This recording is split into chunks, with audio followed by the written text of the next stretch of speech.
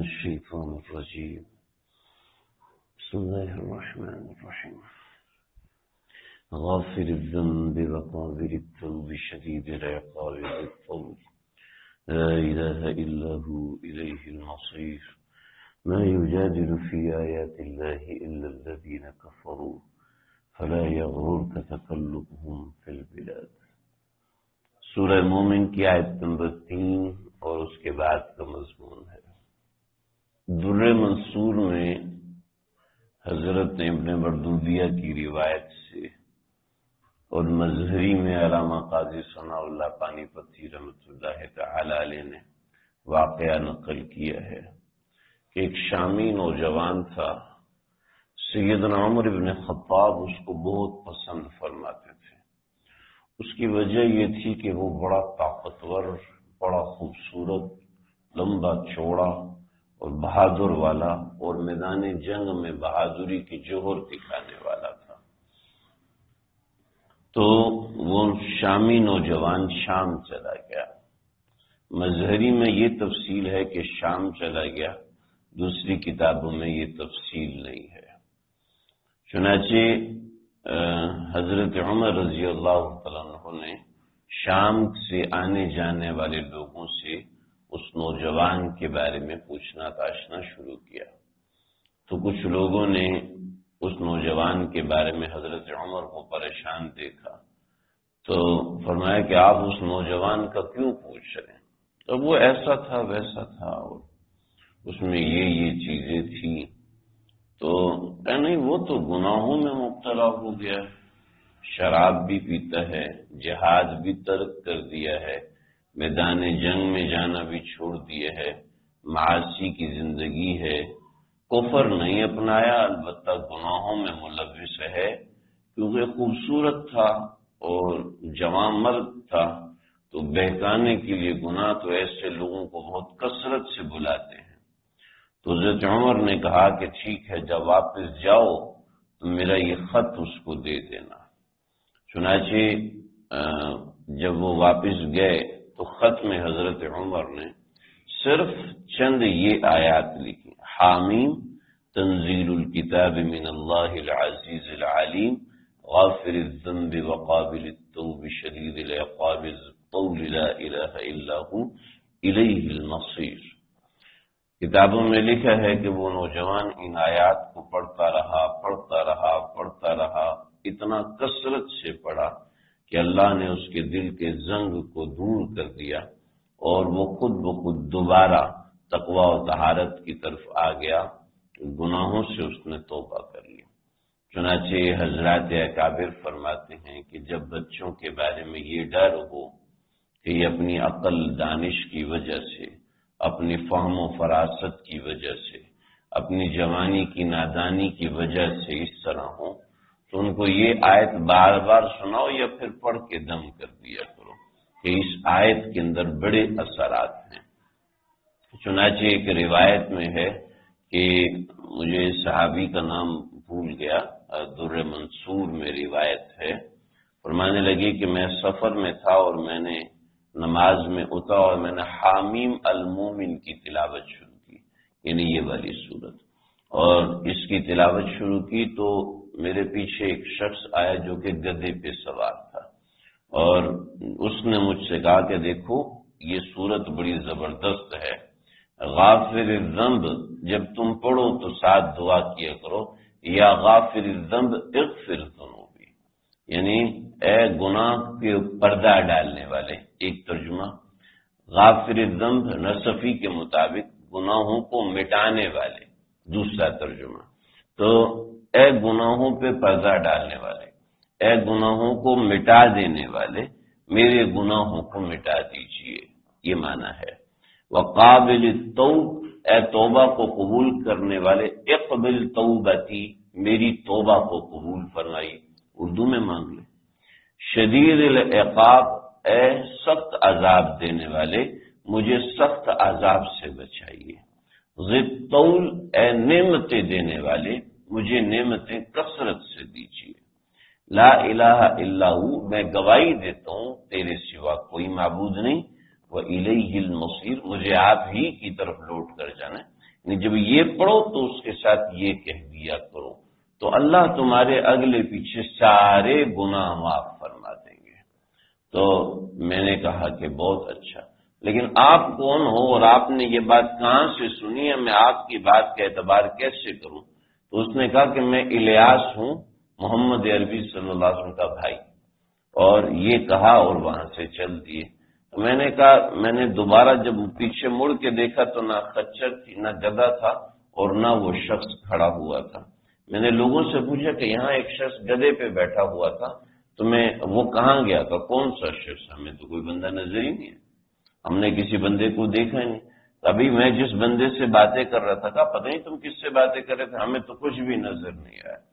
تو یہ ایک صحابہ کرام کا اثر ہے، اثر تو نہیں ہے لیکن روایت صحابہ، اثر تو وہ ہوتا ہے جو انہوں نے نبی سے سنا ہو لیکن نبی کی طرف نسبت نہ کی ہو، لیکن یہ ایک روایت ایسی ہے کہ جو بڑی زبردست اور بڑی شاندار ہے کہ غافر الذنب، یہ بڑی زبردست بات ہے۔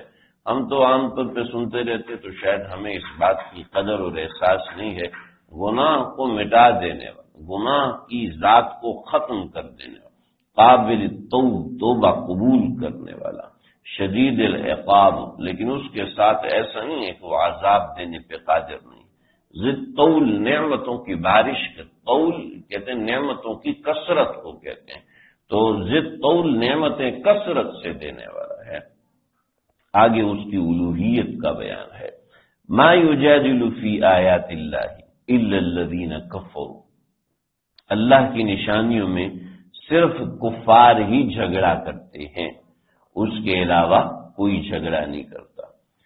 جب وہ جھگڑا کرتے ہیں تو چاہیے یہ کہ ان کے اوپر اللہ کی طرف سے عذاب نازل ہوتا، لیکن ان کے اوپر عذاب تو نازل ہو نہیں رہا، بلکہ وہ بڑے بڑے لمبے اسفار کر کے آ رہے ہیں، شام جا رہے ہیں اور دیگر ممالک میں جا رہے ہیں، اور ان سے ان کے تجارتی تعلقات مضبوط ہو رہے ہیں، اور محمد عربی صلی اللہ علیہ وسلم کے ساتھ رہنے والے مسلمانوں، تمہیں پریشانی ہو رہی ہے کہ یہ اللہ کے نافرمان ہیں، پھر بھی اللہ ان کی رزق میں فراوانی دیے ہوئے ہے، یہ اللہ کے نافرمان ہے، تو آج کے حساب سے سمجھ لے کہ اللہ نے ان کو ترقی یافتہ شمار کیا ہے۔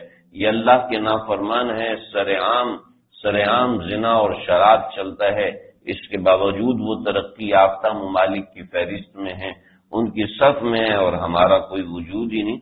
تو فلا یا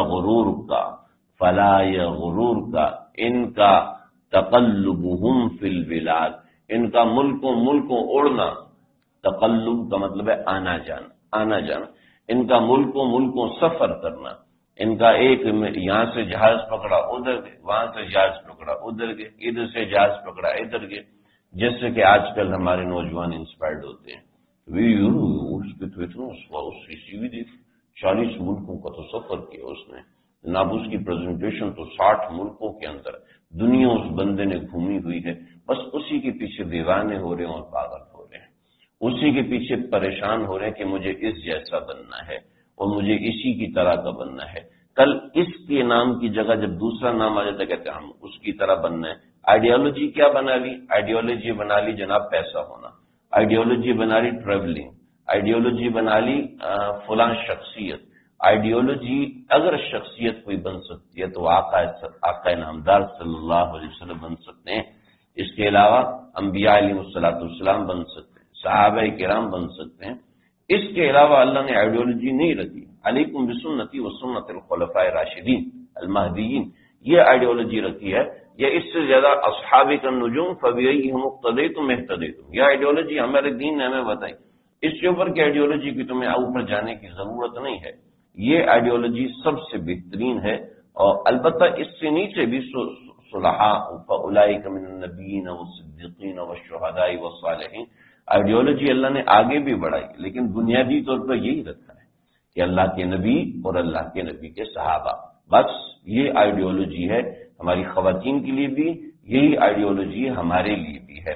لہذا اگر کسی کے پاس پیسے کی ریل پیل ہے، کسی کے پاس شہرت ہے، تو فلا یا غرور کا دھوکے میں مت آنا، ان چیزوں سے دھوکے میں مت آنا، ان کے وے آف سپیکنگ سے دھوکے میں ہرگز نہیں آنا کہ یہ کچھ بھی نہیں ہے، صرف مٹی ہے اور کچھ بھی نہیں ہے۔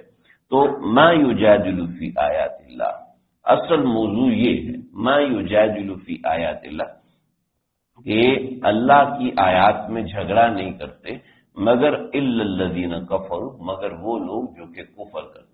قرطبی نے لکھا ہے اور فقہا نے اس آیت کے اوپر بڑی طویل ابحاث کی ہیں۔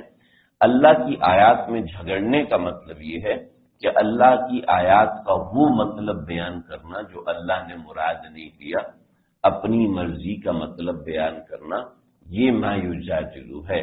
بعض حضرات نے واقعہ بھی لکھا ہے، دو صحابہ کرام ایک آیت کے متعلق جھگڑنے لگے تو اللہ رب آپ صلی اللہ علیہ وسلم کی خدمت میں حاضر ہوئے کہ میں نے آپ سے ایسے سنا، میں نے آپ سے ایسے سنا، آپ نے دونوں کو منع کیا مت جھگڑو، یہ بھی ٹھیک ہے اور یہ بھی ٹھیک ہے، یعنی اس نوعیت کی بات ارشاد فرمائی کہ ایک دوسرے کو غلط مت کہو، آیت قرآنی سے مطلب نکال کے ایک دوسرے کو غلط مت کہو۔ لیکن مسئلہ یہ ہے کہ وہ سند دین تھے، صحابہ کرام سند دین تھے، وہاں پر اختلاف ہو سکتا ہے، لیکن آگے کی امت میں جیسے کہ قادیانی صاحب نے نکالا کہ خاتم النبیین کا مطلب ہے مہر لگانے والے، لہذا جس پہ چاہے مہر لگائے، مجھ پہ مہر لگا دیا میں پیغمبر ہوں، تو بھی کل کو کوئی بھی اٹھ کے کہے گا مجھ پہ بھی مہر لگی ہے لہذا میں بھی پیغمبر ہوں، یہ کوئی بات نہیں ہے۔ یعنی آیات کا ایسا معنی بیان کرنا جو سلف صالحین سے منقول نہیں ہے، وہ معنی بیان کرنا جو سلف صالحین نے نقل نہیں کیا، یہ جدال فی آیات اللہ ہے۔ آج سوشل میڈیا کے اوپر اس سے بڑا کوئی فتنہ نہیں۔ ما یجادل فی آیات اللہ الا الذین کفروا، اس سے بڑا کوئی فتنہ نہیں ہے۔ آیات قرآنی کا ترجمہ بیان کرتے ہیں، دیکھو صاف صاف آیت یہ کہہ رہی مولوی تمہیں یہ بتا رہے ہیں، صاف صاف آیت یہ کہہ رہی ہے علماء کرام یہ بتا رہے ہیں، دیکھو یہ اس آیت کا مطلب تو فلاں نے یہ لیا، فلاں نے ایک صاحب کا رابطہ ہو جناب اس آیت کے اندر امام مجاہد نے یہ مطلب بیان کیا، جناب آیت دکھائیں جی، آیت یہ ہے، امام مجاہد نے یہ معنی بیان کیا۔ اب یقین کریں اس آیت کے تحت ابن کثیر مکمل چھان لی اور دیگر مفسرین چونکہ وہ حوالہ ابن کثیر کے دے ابن کثیر مکمل چھان لی، دیگر کتابیں چلو ٹھیک ہے ہو سکتا ہے آپ سے پڑھنے میں غلطی ہو، دیگر کتابیں چھان لی لیکن کہیں بھی نہیں ملا مجاہد نے اس آیت کے تحت یہ بات کہی ہو۔ پھر جناب اس آیت کے تحت حضرت معاویہ نے یہ بات ارشاد فرمائی، دیکھا کہ حضرت معاویہ نے اس بات کی تکذیب فرمائی تھی کہ جو لوگ اس طرح کی بات کرتے ہیں وہ لوگ غلط کرتے ہیں، جو اس طرح کا مضمون بیان کرتے ہیں حضرت کعب کی روایت سے بیان کرتے ہیں وہ غلط کرتے ہیں، اور ہمیں پتہ ہے کہ کعب یہ معنی بیان کرتے ہیں۔ حضرت معاویہ رضی اللہ عنہ نے اس کی تردید کی اور وہ کہہ رہے ہیں حضرت معاویہ نے یہ معنی بیان کیا اور علماء یہ معنی بیان کرتے ہیں، غلط کرتے ہیں۔ تو ایسے ما یوجد، کیونکہ جس چیز کی فیلڈ نہیں ہے اس کے اندر خود ہی خود سے اپنی رائے دینا شروع کر دینا یہ کسی بھی طرح درست نہیں۔ ما یوجد فی آیات اللہ میں بڑا اہم مضمون ہے، انشاءاللہ اندر بھی ذکر کروں، اللہ سمجھ دے گا۔